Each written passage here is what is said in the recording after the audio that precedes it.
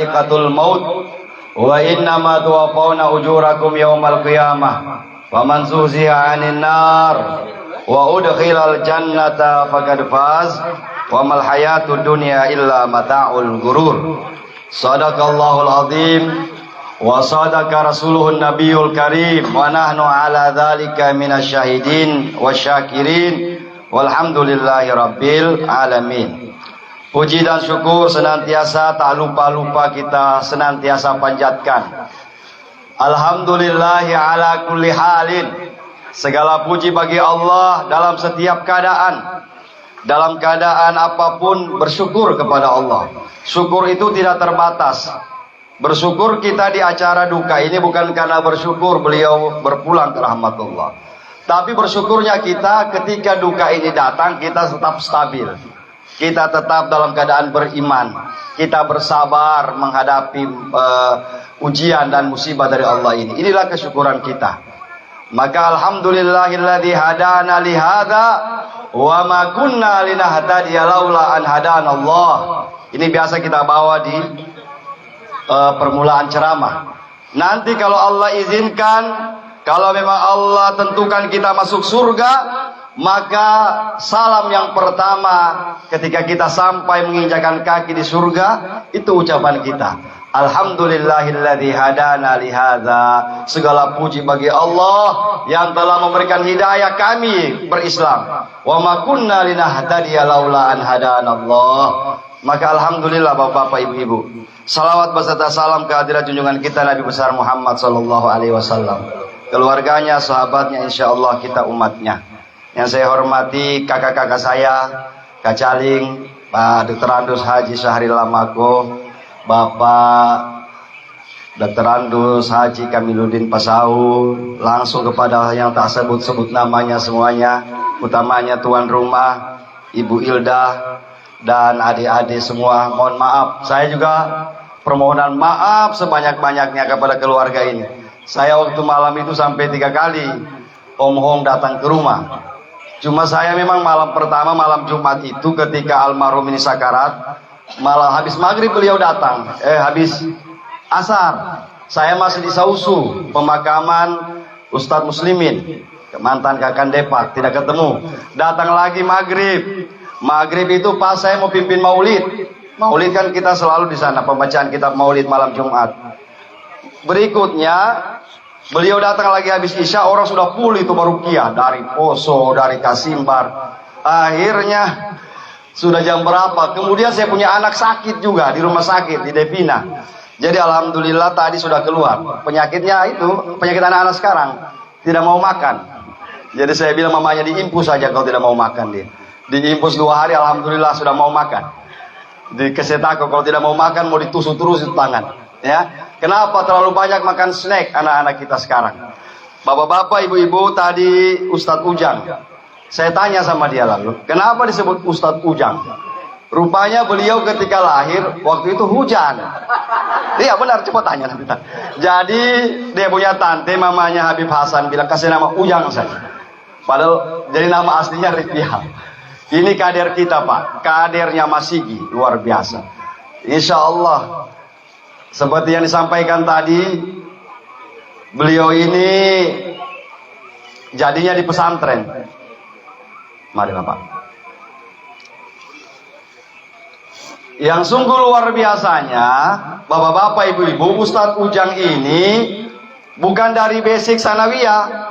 Ada kan dari sanawiyah, aliyah, akhirnya terus ilmunya. Beliau dari SMA Negeri 1 Parigi. Tapi dengan kesabaran, dengan sungguh-sungguh, benar-benar mau cari ilmu agama, tidak pulang-pulang kampung. Sampai saya ketemu dengan dia punya mama, dia bilang Ujang sudah lupa pulang. Sampai 7 tahun tidak pulang-pulang Pak. Saya bilang, mungkin saya mau kawin di sana dia. Alhamdulillah bisa pulang-ulang. Pulang sudah bisa mengajar sama saya di pesantren. Berapa pesantren dia mengajar. Ini kader kita di Masigi.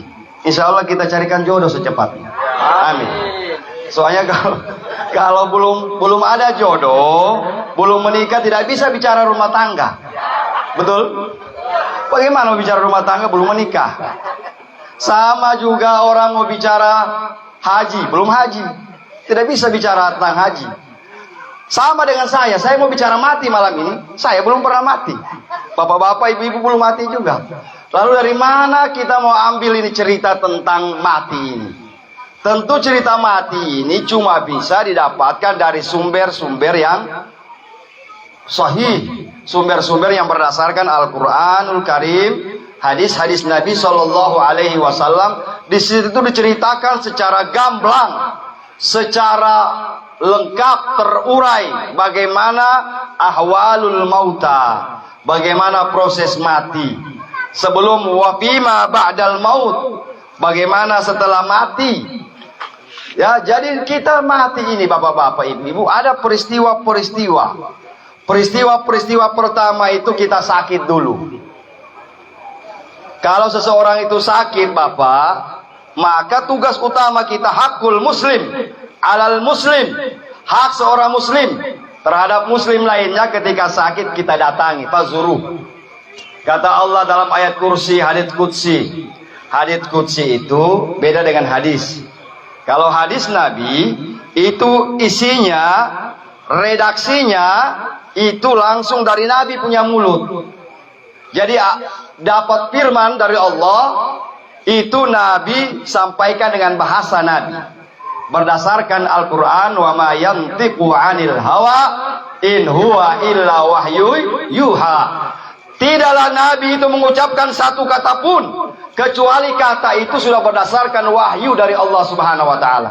Jadi apapun yang Nabi ucapkan itu bisa jadi pedoman bagi kita, Pak, karena itu berdasarkan firman Allah. Cuma ada namanya hadits qudsi. Hadits qudsi itu datang dari malaikat Jibril, itu bahasanya bahasa Nabi. Jadi dalam hadits qudsi Nabi Shallallahu Alaihi Wasallam itu menjelaskan bahwasanya Allah berfirman, ya ibadi, wahai hambaku, kata Allah, lima lam yazuruni, kenapa kalian tidak mengunjungiku, kata Allah. Kenapa kalian tidak menjengukku ketika aku sakit? Maka dijawab oleh para sahabat, apakah Allah sakit ya Rasulullah? Disambunglah ayatnya, ketika ada seorang muslim yang sakit, aku ada di situ. Maka ketika kalian mengunjungi orang yang sakit, insya Allah kalian akan berjumpa denganku di situ, kata Nabi, kata Allah Subhanahu wa taala. Maka ketika mengunjungi orang sakit, Bapak, Assalamualaikum.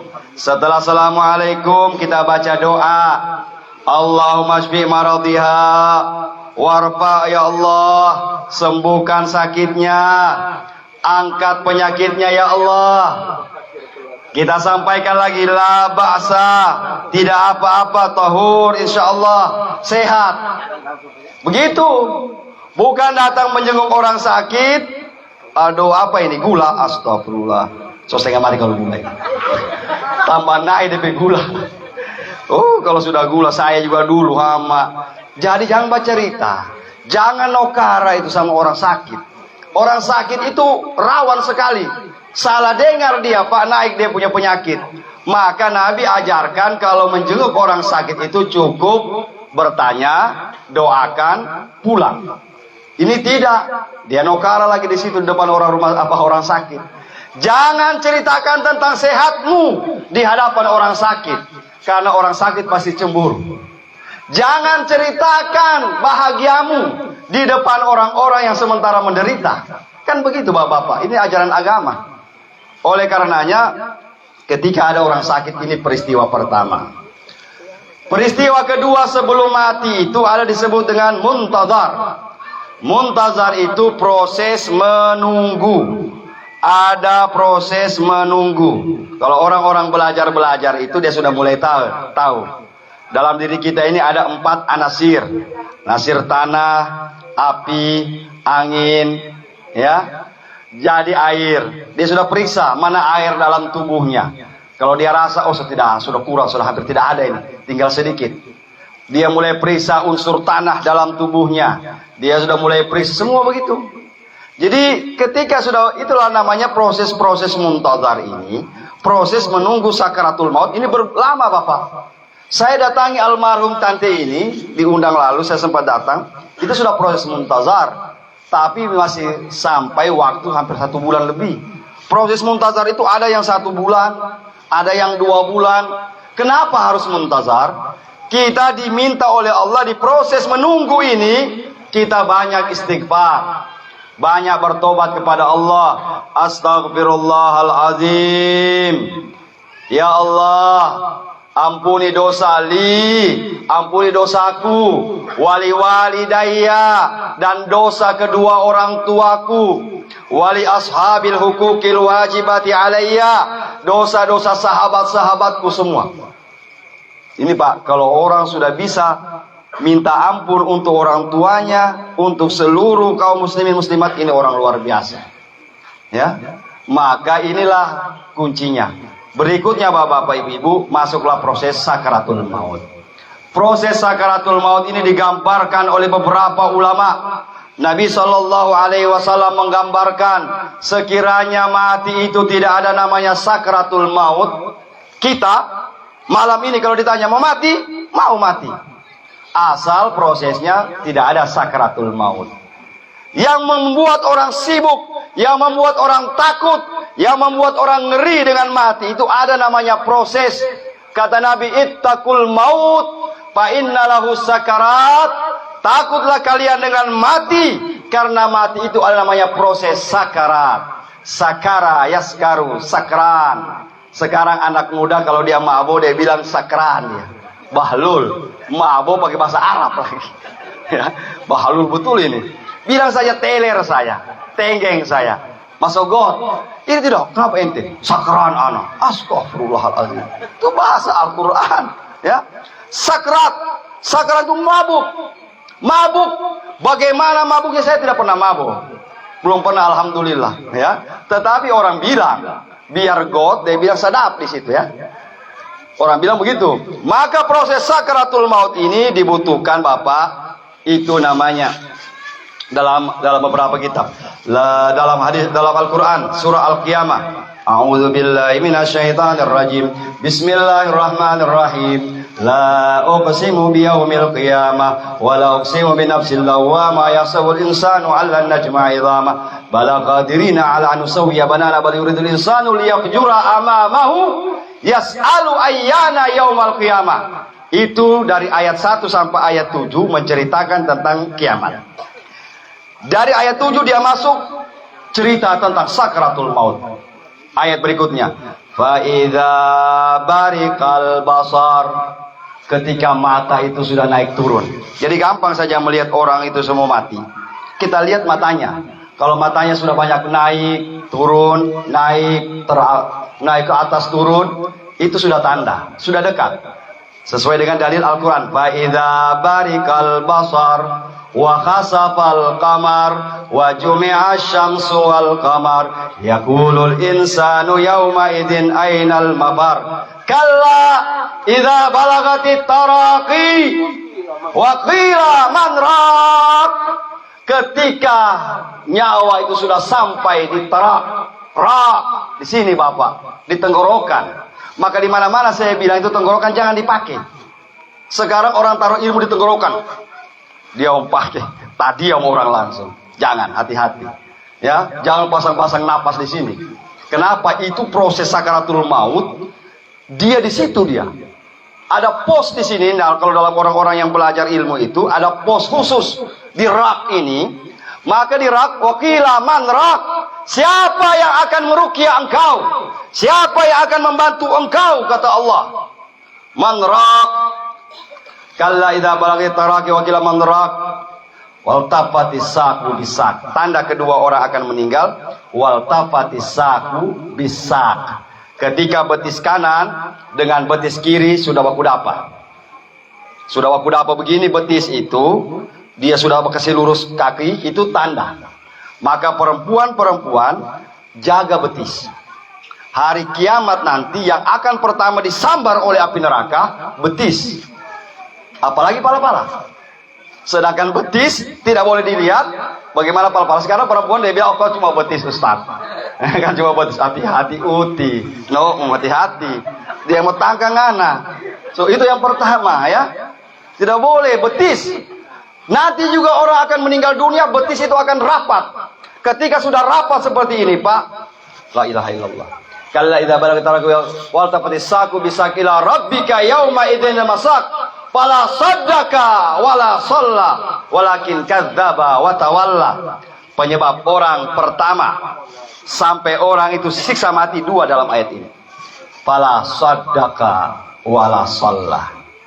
Tidak sholat dan tidak betul berbicara, alias topodava, tukang berbicara bohong, setengah mati. Walakin kadzdzaba wa tawalla. Pekerjaannya di dunia tidak sholat, buang kebohongan sana sini, buang bohong sana sini, dusta sana sini, termasuk dusta anaknya orang, janji kawin. Tenang, saya kawin ini. Oh, mati lampu. Begitu dibilang mati kawin langsung mati lampu. Tidak mati ya? Nggak turun. Ya, kita sambung saja. Walakin kadzdzaba wa tawalla. Bapak-bapak, ibu-ibu kaum muslimin, muslimat yang dirahmati Allah Subhanahu wa taala. Biasa kalau gelap-gelap begini lebih khusyuk kita, ya. Seperti tadi Ustaz Ujang bilang, kalau tidur khusyuk. Tetapi kalau di luar tidur tidak khusyuk. Setelah masuk peristiwa yang namanya peristiwa mati. Peristiwa mati itu ditandai dengan habisnya rezeki kita. Kata malaikat, rombongan malaikat pertama, kata Nabi, tidak orang Nasrani wala Majusi, apalagi orang Islam, ketika dicabut nyawanya kecuali dia didatangi oleh rombongan malaikat. Rombongan malaikat pertama, dia mengatakan, Muhammad Nur bin Muhammad Soleh, saya tadi sebelum kemari, saya sudah keliling tujuh petala langit. Saya sudah keliling dunia ini untuk mencari satu butir nasi untuk kau, satu penggal roti untuk kau hari ini. Tidak ada lagi rezekimu. Bersiap-siap mati. Maka orang sekarang ini kalau masih makan 2 piring, Pak, tenang-tenang saja. Apalagi masih makan tetu, belum. Kalau orang biar tetu so tidak masuk, so boleh babungkus. Kemudian yang kedua, rombongan malaikat kedua, saya sebelum kemari saya sudah cari satu tetes air untuk kau malam ini, tidak dapat lagi. Bersiap-siaplah untuk mati. Maka berikutnya datanglah malaikat. Kata Nabi, yang datang itu 3 malaikat. Pertama, malaikat pencabut nyawa yang disebut dengan Israel. Israel itu Bapak tidak ada dalam Al-Quran namanya. Dia disebut wajahat sakratul mauti bil haq, dan telah datang kepada kamu sakratul maut bil haq. Bagaimana besarnya malaikat pencabut nyawa? Ketika ditanya kepada Nabi Muhammad sallallahu alaihi wasallam, malaikat Israel itu besarnya seandainya air lautan 7 samudra ditaruh di kepalanya, Pak, tidak satu tetes pun air itu yang jatuh. Ini menggambarkan betapa besarnya. Kita tidak bisa menggambarkan. Kalau Nabi ditanya tentang itu, Nabi cuma menggambarkan supaya kita tidak menghayal. Jangan kita hayalkan bagaimana besarnya. Nabi kasih jawaban, kalau air di dunia ini ditaruh di kepalanya, tidak jatuh satupun, bapak-bapak. Kemudian yang belum paham banyak orang, malaikat pencabut nyawa itu punya 4 wajah. Wajah depan, wajah belakang, wajah di atas, dengan wajah di belakang badannya. Ketika datang sama Nabi Ibrahim tanya, Israel, bagaimana mukamu? Saya mau lihat. Bagaimana kau punya muka ketika engkau mencabut nyawa para nabi seperti saya? Maka Ibrahim mengatakan, Israel, wahai Ibrahim, kalau saya mencabut nyawanya para nabi, saya pakai kepala yang paling atas. Maka tidak heran, Pak, kalau kita ini menghormati orang, kita tunduk begini. Ini muka yang paling terhormat. Kalau ada orang sudah tunduk sama kita ini, apalagi kalau pegang tangan, dia pegang tangannya di kepala begini, berarti betul-betul dia hargai kita. Tapi yang pakai sekarang ini orang Jepang. Orang Indonesia tidak pakai lagi. Orang Jepang itu sampai begini, Pak. Ya, kalau orang Indonesia, pakai lurus. Tidak ada yang membawa hormat begini. Padahal itu wajah yang paling mulia. Kedua, wajah ketika menjabut nyawa orang-orang yang Islam seperti kita, maka dia pakai wajah depan. Ada orang yang bapak-bapak, dia pakai wajah yang di bawah. Siapa itu? Orang-orang yang mati tidak beriman kepada Allah Subhanahu wa taala. Kembalilah ruh kita. Kita bicara mati. Ketika ruh kita itu naik di hadapan Allah Subhanahu wa taala, disambutlah oleh malaikat rahmat. Kalau kita orang baik, disambut kita oleh Allah Subhanahu wa taala. Dihadapkan di hadapan Allah Subhanahu wa taala, ya. Di hadapan Allah ditanya, "Engkau sudah kembali? Wahai hambaku, saya kembali ya Allah. Apa yang kau bawa? Iman dan amal soleh ya Allah." Kalau seandainya kita tidak bisa menjawab saat itu, berbahaya. Kita jawab, "Saya membawa iman kepadamu dan amal soleh ya Allah." Kata Allah, tempatkan dia di Illiyin.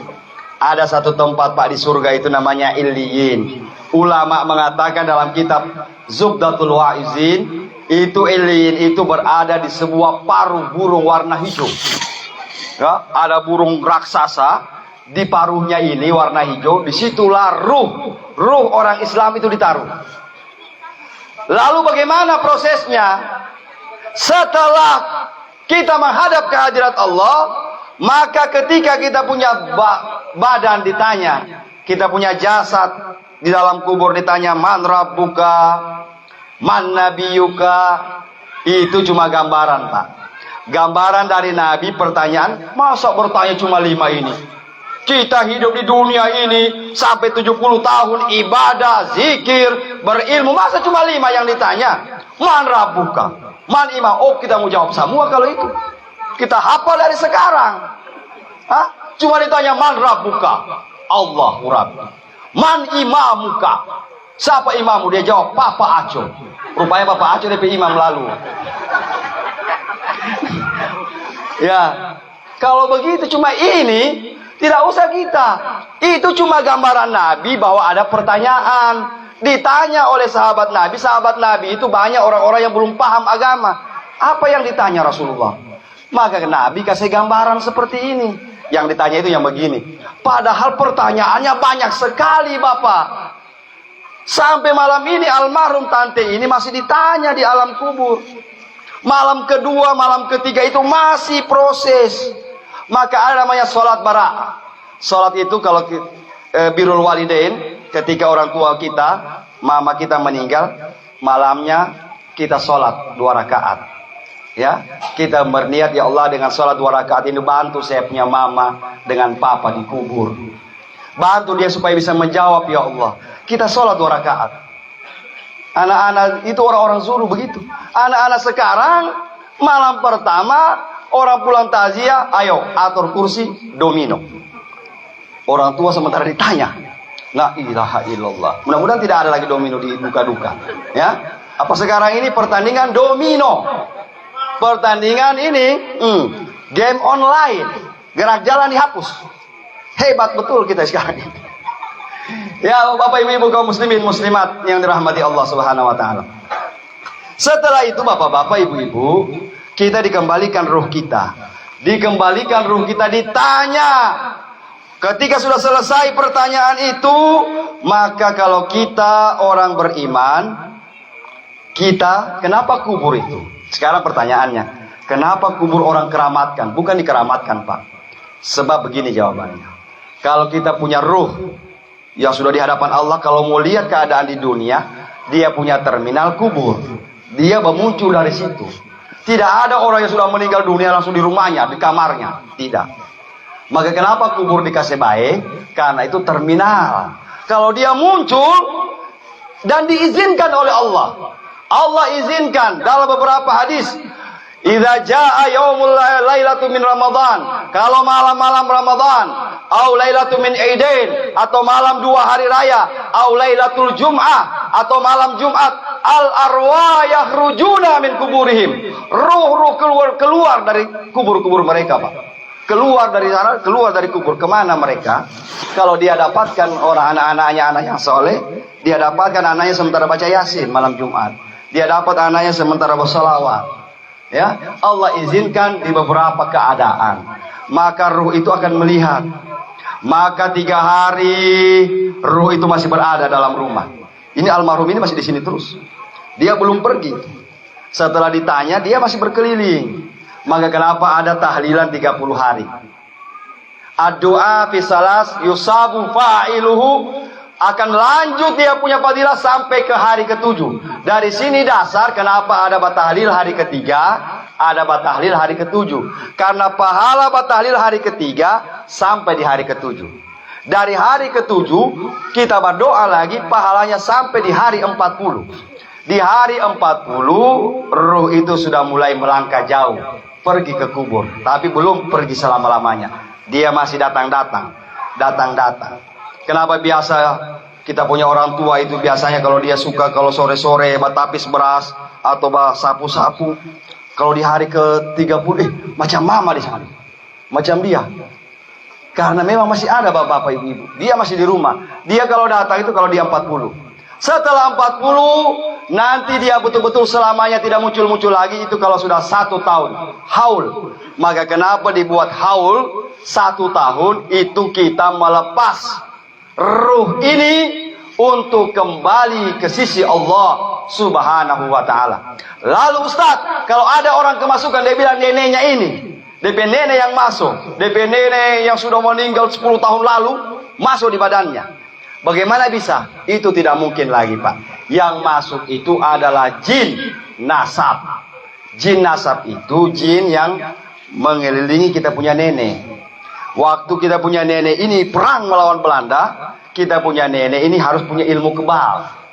Tidak bisa disalahkan karena mereka keadaan seperti itu. Begitu dia punya ilmu kebal, dia tidak tahu jin sudah di dalam badannya. Begitu jin dalam badannya, dia jadi kebal memang. Tetapi begitu dia meninggal dunia, maka jin ini kan umurnya panjang, Pak. Jin itu ada yang 2000 tahun. Jin ada yang 3000 tahun. Jadi jinnya kita orang punya nenek zaman dulu masih ada sama kita sekarang ini. Ya. Dia masuk ke tubuh kita itu, akhirnya dalam badan kita ini ada namanya jin nasab. Jin keturunan dari nenek-nenek kita. Jadi kalau ada yang bilang dia mimpi nenek, dia lihat neneknya ini, dia lihat ada yang kemasukan neneknya, itu jin nasab, Bapak. Jin nasab yang menyerupai neneknya. Setelah itu sampailah kita ke alam kubur. Kita cerita sampai dihisab ini, insyaallah. Setelah sampai di alam kubur berapa lama? Kalau kiamat itu sudah 3000, tahun 3000 berarti 1000 tahun. Dalam Al-Quran, Bismillahirrahmanirrahim, Iza zulzilatil ardu zilzalaha, Iza zulzilatil ardu zilzalaha. Ketika bumi itu mengeluarkan semua apa yang ada dalam perutnya.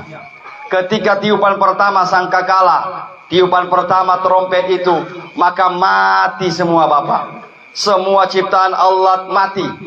Yang ada yang tersisa dalam beberapa asar disebutkan yang pertama tidak hancur ketika tiupan pertama, yaitu yang disebut dengan Arsyullahur Rahman, arsnya Allah. Kedua yang tidak hancur Lauhil Mahfuz. Yang ketiga tidak hancur adalah kursinya Allah. Berikutnya yang tidak mati malaikat Jibril, malaikat pencabut nyawa, malaikat peniup trompet. Ketika sudah ditiup, Bapak, dipanggil sama Allah. Israel, ta'al, sini. Ya, man baqiyat. Wahai Israel, siapa yang kau sisa? Kata Israel, ya Allah sudah mati semua. Tersisa orang 3, saya, Jibril, dengan Mikael, Israfil, peniup trompet. Kata Allah, kasih mati orang 2 itu. Mati. Begitu sudah mati malaikat Israel, malaikat peniup trompet dengan malaikat Jibril, Allah tanya ulang. Man baqiyat? Siapa yang tersisa? Dia bilang 3 orang 2, ya Allah. Ana anta ya Rahman wa ana abdukal fakir. Dalam hadis dikatakan, hanya engkau ya Rahman dan ana hambamu yang fakir ini. Kata Allah, kalau begitu saya mau tanya sama engkau, wahai malaikat pencabut nyawa. Kau cabut sendiri atau saya yang cabut? Dia bilang, oh ya Allah, saya cabut sendiri, Jo. Kira-kira begitu. Pak, sama dengan kita baca buku, kita baguti, kita punya kuku. Hati-hati, jangan sampai mutakana. Begitu malaikat Israel mencabut nyawanya sendiri, hati-hati, pelan sekali. Berteriak dia. Dia bilang, ya Allah, kalau saya tahu begini rasa sakitnya mati, saya tidak berani cabut orang kasar-kasar. Sedangkan saya cabut sendiri, DP sakit luar biasa. La ilaha illallah. Mati. Setelah itu Allah berfirman, limanil mulkul yaum lillahil wahidil qahar. Ketika ditanya sama Rasulullah, Rasulullah, berapa lama setelah itu baru hidup ulang?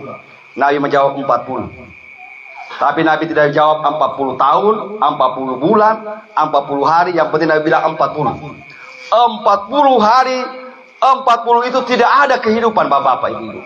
Setelah itu, dalam ayat berikutnya, yauma yanfahu bis-suri fatatuna afwaja wa futihatis sama'u fakanat abwaba.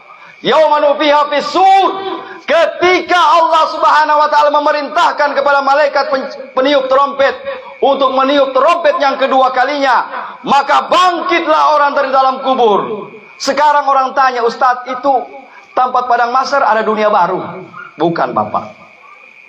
Jangan dipikir, oh ada lagi dunia mungkin di sebelah langit sana, atau di atas langit itu ada dunia tempat orang nanti ketemu. Bukan. Itu dunia padang mahsyar, dunia kita sekarang ini.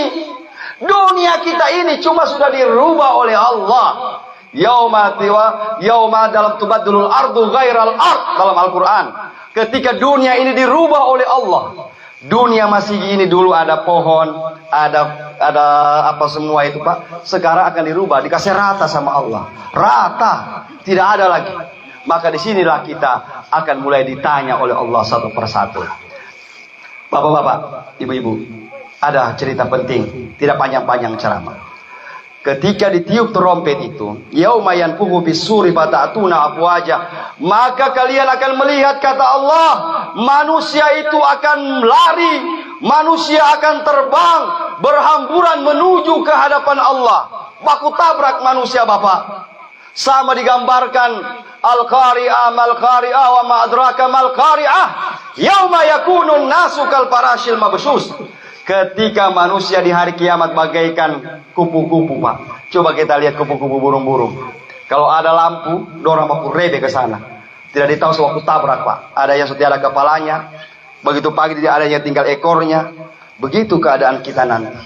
Ketika ditiup trompet itu, semuanya menuju ke satu titik. Di titik itu orang akan berhamburan, bapak-bapak, ibu-ibu.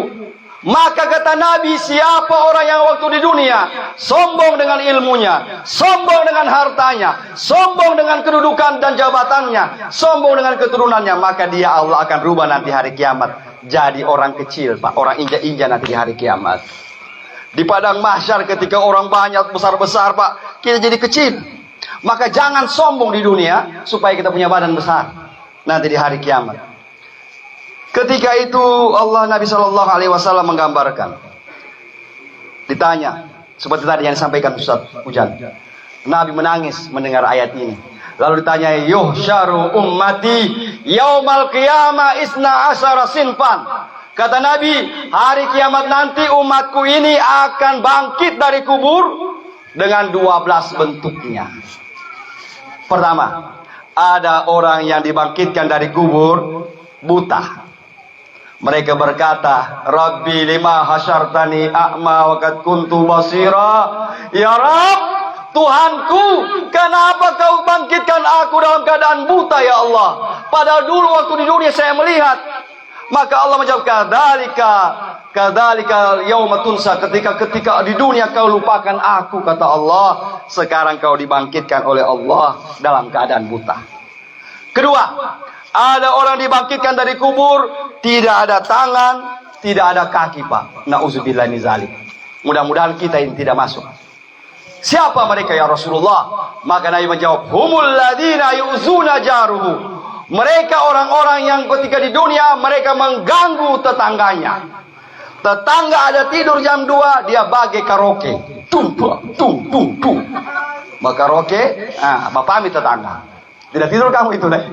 Tidak, bakar roke dulu. Boleh. Jangan tentara sakit gigi tetangga, kita bakar roke di sebelah. Muhammad, nanti hari kiamat kamu tidak ada tangan, tidak ada kaki. Ada lagi, piara ayam, piara bebek, tapi tainya sama tetangga. Pak piara tidak diikat itu kambing, tidak dipiara itu ayam. Muhammad teras penuh tai, mengganggu tetangga. Nanti kamu kalau jual ini ayam, potong ayam ini, kasih tetangga uang capek kasih bersih. Capek kamu tuh, ini kasih yang. Ada sekarang yang lebih keren lagi. Apa itu? Wallet. Kiku. Tidak ada mau siang kiku terus. Yang punya wallet, kalau kamu jual apalagi dapat 1 kilo, bagi kasih yang tetangga uang dengar. Capek tali kasih yang dengar. Kriung. Allahu Akbar kabira. Di mana-mana saya sampaikan ini supaya paham. Jangan tetangga ini cuma cari untungnya sendiri. Ya, kamu dapat doi, tapi tetangga siksa. Nanti hari kiamat dibangkitkan oleh Allah, tidak ada tangan, tidak ada kaki. Na'udzubillahi min zalik. Ya. Yang ketiga lagi, siapa? Mereka dibangkitkan oleh Allah badannya manusia, wa wajhul hinzir. Dia punya badan manusia, tapi dia punya muka babi. Siapa? Humul ladzina yatahawuna shalah. Mereka orang-orang yang waktu di dunia meremehkan salat. Sedangkan salat diremehkan, muka babi. Bagaimana tidak pernah salat waktu di dunia? Satu badan. Sedangkan orang ini, orang salat. Tapi jangan dulu, nanti masih boleh ini. Asar jam 4, masih. Nanti 4:30 juga. 5:30 nanti juga 5:30. Muka babi, Pak. Bagaimana yang tidak pernah sholat waktu di dunia? Na'udzubillahi min dzalik. Setelah itu masuk. Bedanya, Pak, bedanya kita manusia dengan binatang. Manusia dihisab dan diazab, tapi binatang dihisab tidak diazab. Bagaimana contohnya, Ustaz? Nanti dihisab itu, setelah dihisab seperti Ustaz Ujang bilang tadi, yang pertama dihisab oleh Allah nabi-nabi. Setelah nabi-nabi dihisab baru manusia. Setelah itu binatang. Ada binatang yang dulu besar, dia makan yang kecil. Ada kambing bertandu besar, dia tandu yang kecil.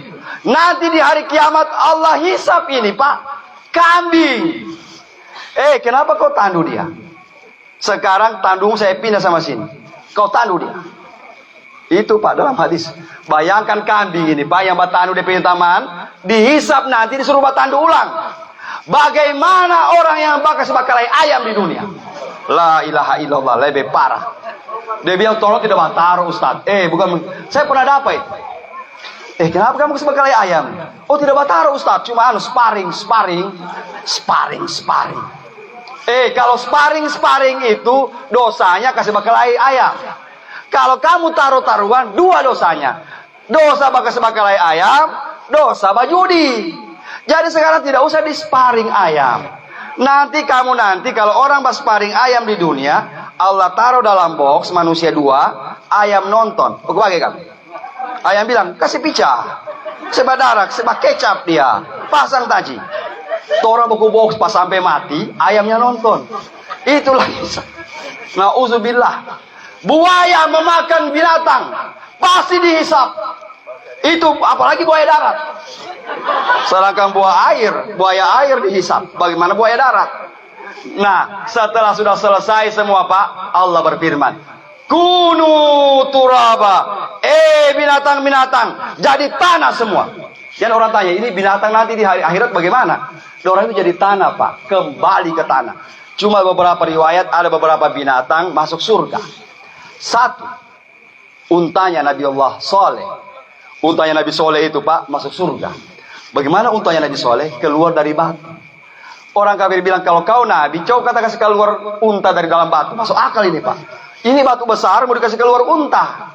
Tapi Allah perlihatkan, dipukul, keluar unta dari dalam, Pak.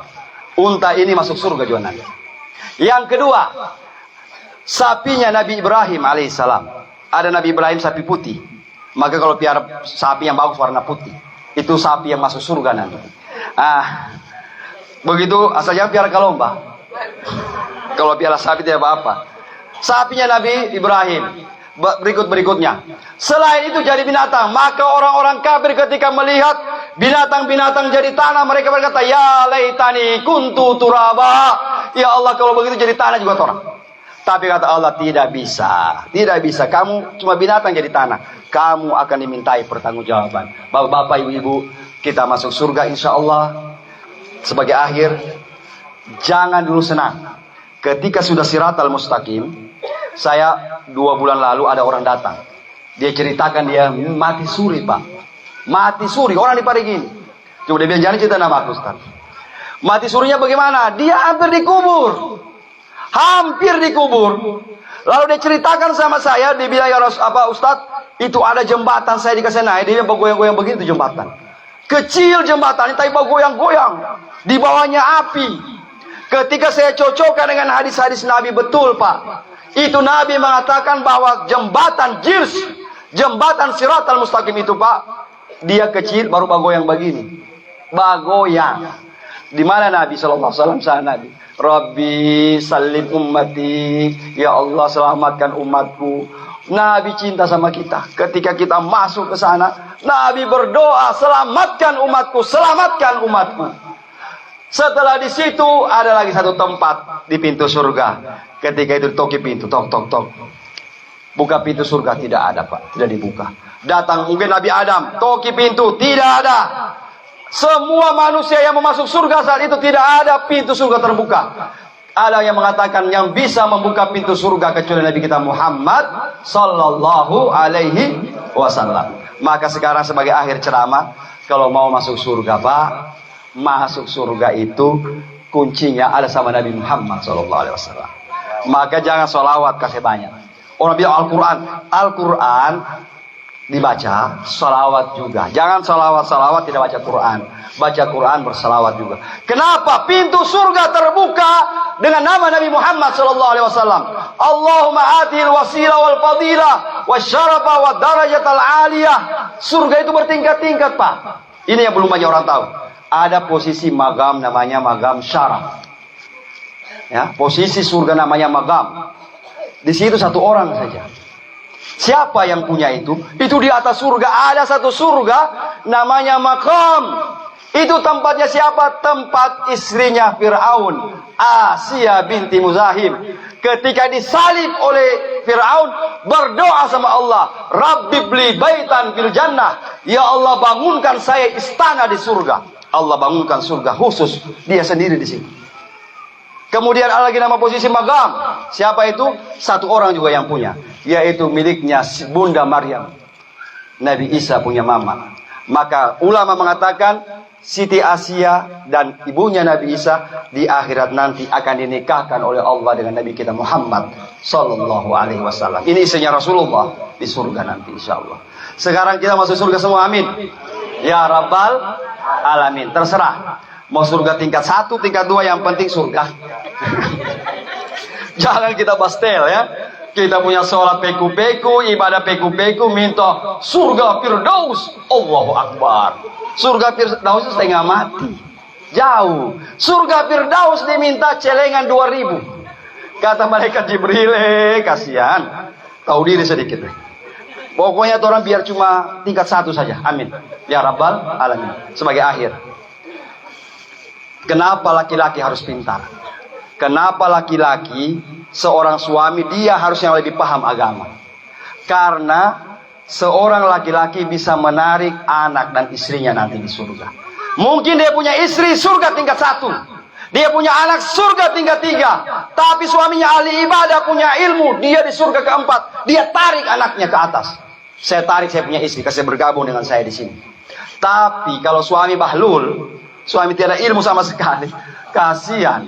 Anak di tingkat 7, lebih papa di tingkat 1. Papa bilang, Muhammad, saya punya anak sana. Maka rugi. Maka kalau ada ceramah, ya laki-laki harus banyak. Tapi tak boleh diparigi. Kalau biasa saja yang rame, ibu-ibu. Tapi kalau takziah, alhamdulillah. Mudah-mudahan semua kita berdoa semoga almarhumah ini oleh Allah Subhanahu wa taala, beliau itu sudah dihisab, Pak. Dia sakit lama. Mudah-mudahan ibu almarhumah ini oleh Allah Subhanahu wa taala diangkat semua dosa-dosanya, amin. Semua dosa-dosanya ketika dia sakit diangkat oleh Allah Subhanahu wa taala. Kalau seandainya ada salah hilapnya almarhumah, mudah-mudahan dengan tempat ini kita memaafkan. Dan kepada anak-anak daripada almarhumah, kakak-kakak saya ini, Ibu Hilda dan sekeluarga, mudah-mudahan tetap mendoakan. Doa yang paling mujarab itu, paling makbul itu adalah doa seorang anak terhadap orang tuanya. Orang ini cuma membantu saja, cuma membantu doa. Padahal yang sebenarnya satu kali angkat tangan anaknya, mudah-mudahan diijabah Allah. Al-Fatihah ila hadatin Nabi Mustafa Rasulullah Muhammadin sallallahu alaihi wasallam, khususan ila ruh almarhumah Masbiyah Basatu. Al-Fatihah. A'udzubillahi minasyaitonir rajim. Ya kana abdi. Bismillahirrahmanirrahim. Allahumma shalli ala sayyidina Muhammad wa ala ali sayyidina Muhammad. Allahumma ighfir laha warhamha wa'afiha wa'fu anha wa akrim nuzulaha wasi madkhalaha. Allahumma adkhil fi quburiha rawha wa rayhan wal fusata wal aman wal afwa wa ridwan ya Hannan ya Mannan ya man idza su'ila ata wa idza su'ila an waj'al akhir kalamina minad dunya idan tihai ajalina qaula la ilaha illallah Muhammadur Rasulullah sallallahu alaihi wasallam da'wa fi subhanakallahumma tahiyatun fi salam wa akhiru da'wana alhamdulillahi rabbil alamin. Demikian, wallahu musta'an. Assalamualaikum warahmatullahi wabarakatuh.